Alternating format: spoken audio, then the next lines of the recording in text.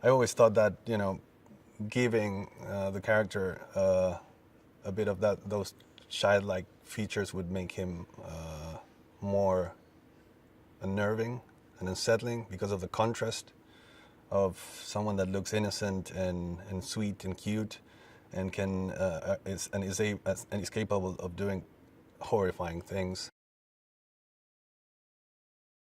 I wanted him to have this mad look in which one of the eyes is looking away. And it's funny because talking to Bill, I mentioned this as a trait of Pennywise, and he said, "Well, I can do that." And he did it. He did like that, and it freaked me out. And I said, "Good job, man.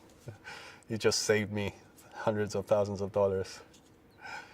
Yeah, probably one of the very few people that can do it in the world. It's just like, not cross-eye, the opposite of cross-eye. You will see it in the movie. It's pretty terrifying. The madness in his look, his body language was completely unnerving. He's incredibly talented, and there's like the control of like every muscle in his face is like just amazing.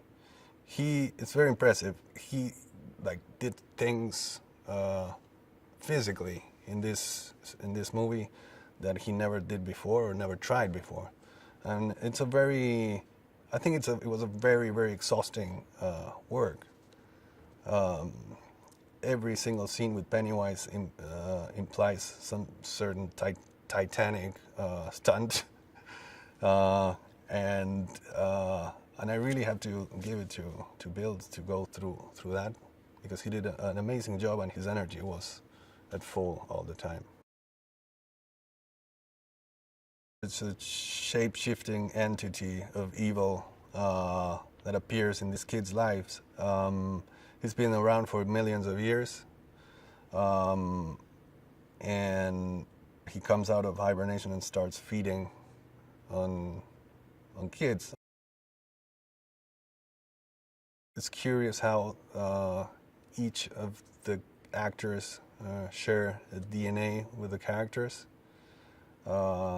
It's really fascinating. I mean, it wasn't easy to cast, the losers, but I ended up finding people that share the traits and characteristics with the characters that are playing in such a strong way. It's also about making justice to Stephen King and his style and the way he writes. He doesn't hold anything back. It's just, he's gory and gruesome and as graphic as he wants to be, and it's such a big part of the emotional impact of his work. Probably the time of your life where you're most